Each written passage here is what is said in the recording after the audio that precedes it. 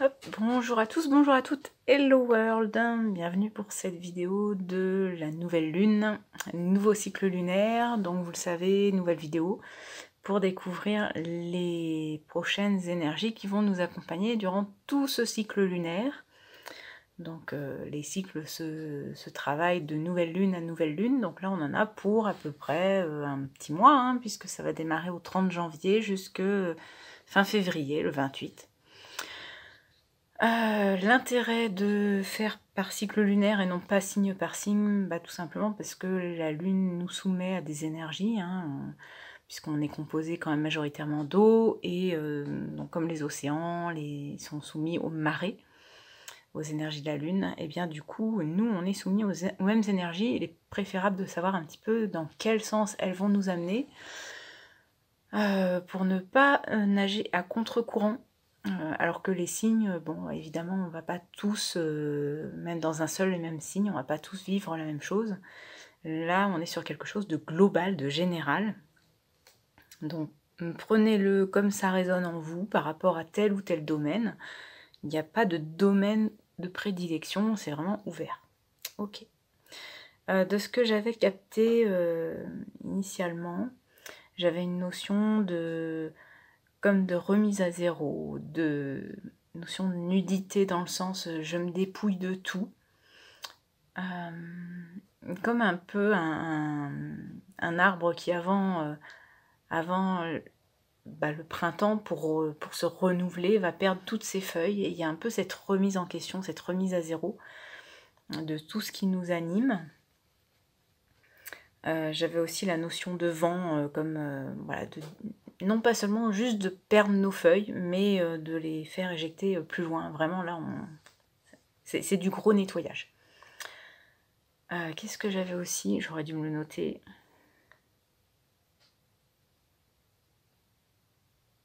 J'avais d'aller de l'avant.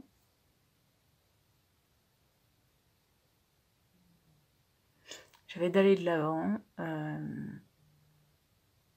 Et effectivement, je voyais comme une personne sortir d'un lot de groupes de personnes, et puis finalement prendre un peu la poudre d'escampette pour partir et prendre son chemin, prendre son destin en main, et du coup avec moins de personnes autour. Donc après, par expérience, pour en avoir discuté avec plusieurs personnes là, depuis à peu près une semaine, effectivement, on est assez nombreux à faire du tri dans nos contacts, à faire du tri dans le relationnel. Donc, je pense que ça ne joue pas que pour moi ou pour ces quelques personnes, mais vraiment de manière générale. Alors, ensuite, dans les cartes que j'ai tirées, la première carte que, évidemment, je ne pourrais pas vous montrer, puisque sinon YouTube va me censurer, puisqu'on voit une poitrine de femme. Oh là là, mon Dieu, caché ce sein que je ne saurais voir. On a la carte de la tentatrice, mais avec, ceci dit, un cœur rouge bien présent au niveau du chakra du cœur. C'est pas fait exprès qu'il y a un haut rouge en dessous. Et donc la carte de la tentatrice, on a séduction, tromperie, promesse brisée. Et en fait, ce qui me fait assez... au début, quand j'ai vu la carte, j'ai failli la remettre dans le jeu en me disant non, mais ça correspond pas. Enfin, ça me parle pas. Et en fait, non. Parce que dans cette carte, en fait, sur le côté... Alors, je vais vous cacher la partie qui gêne. Comme ça, voilà. En fait, on a une forme d'ADN, de brin d'ADN, avec un œil à l'intérieur. Alors pour moi, l'œil, c'est toujours représentatif de nos guides qui nous surveillent. Et du coup, le côté séduction ne me parle toujours pas plus, mais le côté tromperie et promesse brisée, je le vois plutôt par rapport à soi-même. Comme si finalement, on ne s'était pas écouté avant, on n'avait pas écouté notre intuition, on ne s'était pas fait passer en premier, et que là, en fait, on a cette partie d'ADN en nous qui est en train de se réveiller, de se révéler, et on nous demande, un peu comme la séductrice qui va jouer avec son regard et puis qui va le faire grandir, et bien là, on nous demande d'ouvrir plus les yeux sur nos besoins et sur le fait de ne pas nous oublier. Voilà. Donc finalement, cette carte, je trouve, est assez parlante. La deuxième, qui a une similitude vraiment dans le côté visuel. Alors, hop, je cache toujours ce qu'il ne faut pas montrer. Oh là là! Mais vous voyez avec ce côté, ce cœur là qui est vraiment resplendissant. Là, à nouveau, on a la carte du cœur. Et cette carte du cœur, bah, je trouve qu'elle parle d'elle-même, quoi. C'est comme quelque chose qui est en train de s'enflammer, de s'élever, de se réveiller au fond de nous-mêmes, de nos entrailles, et qui vient, un petit peu comme le serpent de Kundalini, qui vient vraiment réveiller tout notre être. C'est pas juste un petit appel de ah oui, il faudrait que je fasse peut-être, je reprends toujours cet exemple de tri dans les relations. Ah oui, il faudrait peut-être que je fasse un peu de tri dans mes contacts. Euh, non, là c'est vraiment, il y a un appel très frappant. C'est-à-dire qu'on est presque comme obligé. En fait, dans cette carte-là du cœur, il y a donc le cœur qui s'enflamme, qui vient jusqu'à la gorge, et comme si ça venait brûler la gorge, lui couper. Donc c'est un peu, on est là, c'est pas la tête sous l'eau du coup, mais c'est vraiment, on est au ras là, on ne peut plus respirer, et il est grand temps de s'écouter. J'ai aussi la notion d'écouter son intuition, hein, avec les faisceaux qui viennent du troisième œil et qui éclairent tout autour. C'est vraiment s'écouter soi. Je pense que ça va être le maître mot là du tirage.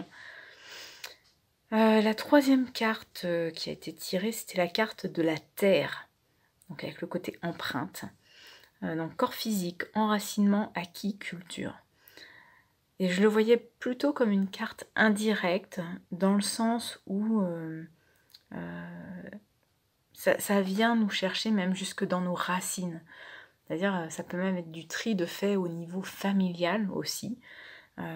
Pourquoi ? Parce qu'en fin de compte, dans notre corps physique, on va commencer vraiment à ressentir, presque à la limite, voilà, il faut qu'on aille, parce que c'est la bienséance, il faut qu'on aille voir, je sais pas, tonton Jeannot, alors que le tonton Jeannot, ça matche pas du tout, on n'a rien en commun. Et du coup, le jour où on doit y aller, on a en plus une angine, ou on a une éruption, j'allais dire volcanique, le lapsus est énorme, mais une éruption cutanée, enfin des démangeaisons, parce que ça veut juste ressortir que non, ça nous donne des pustules, au sens propre comme au sens figuré. Donc vraiment, ça va aller chercher très très loin dans le côté, quelle empreinte on veut laisser, quelle trace on veut pour soi. Mais vraiment pour soi, hein. Je ne le vois pas du tout comme une carte, ou comme en tout cas quelque chose que je canalise, de tourner vers le monde, mais beaucoup plus tourner vers soi. Un tirage qui s'annonce aussi extrêmement, on va dire, solitaire, dans le sens où on n'est pas en relation. Là, c'est cette nouvelle lune, ce nouveau cycle-là, on n'est pas du tout en relation avec les autres, on est en relation avec soi, c'est déjà pas mal. On a un vent de nouveauté aussi, hein. Là pour le coup, officiellement, on démarre 2025. Ça y est, autant le mois de janvier, on était encore dans des énergies de 2024, là on est dans du nouveau. Les conseils des guides vont un petit peu dans le sens de... Après, ça peut être un petit peu logique, c'est-à-dire que si les énergies de la Lune vont dans un sens, il y a quand même fort peu de chances que nos guides nous disent « Non, non, vas-y, nage à contre-courant, c'est plus rigolo. » Non. Donc ça se tient. On a le 9 de bâton, le 8 de coupe et la roue de la fortune qui est à l'envers. Alors, pour moi, je le ressens comme ça, ce tirage-là. C'est on a pas mal tendu le dos jusqu'à présent. Et là, en fait, on fait un peu un bilan. C'est un peu un bilan, un constat. Ok. Qu'est-ce que... comme si on prenait toutes les relations, les unes après les autres.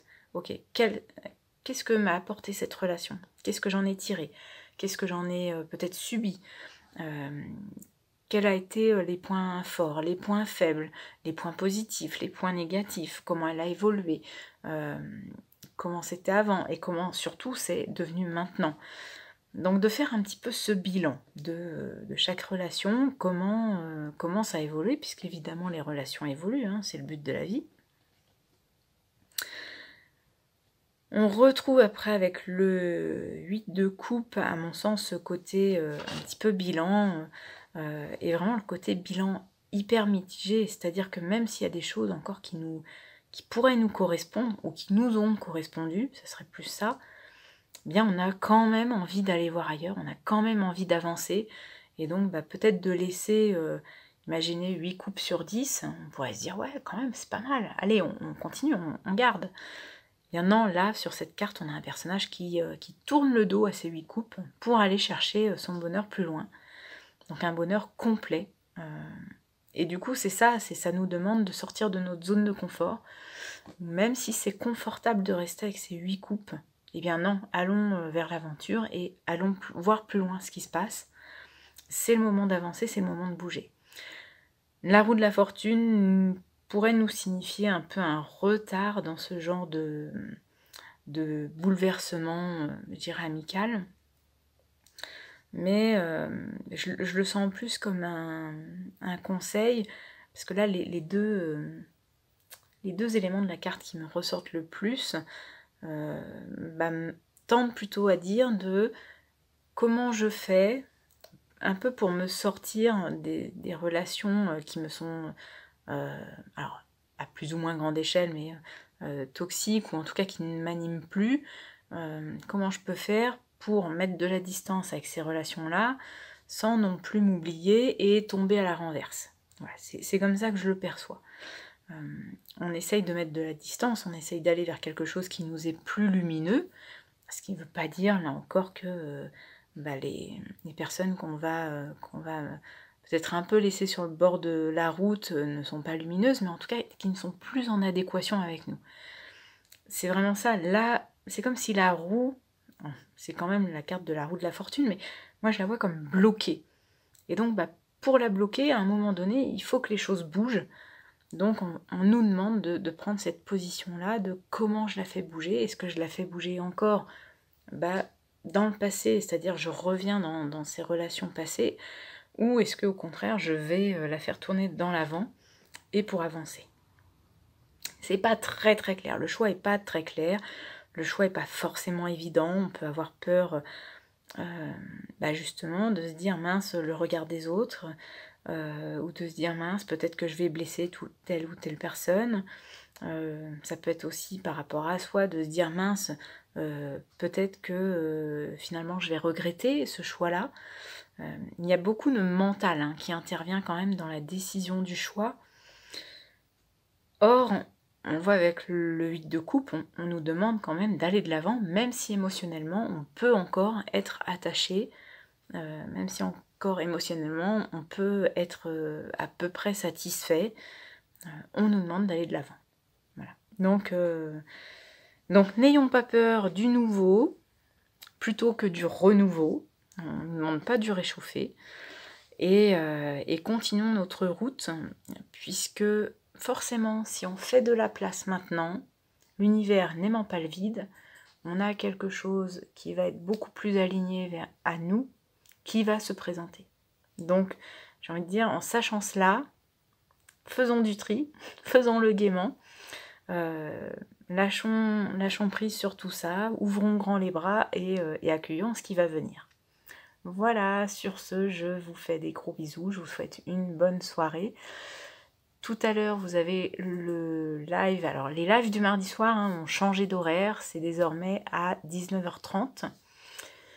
Et je vous dis à tout à l'heure ou à plus tard, un autre moment, peu importe, en tout cas, à très bientôt. Salut!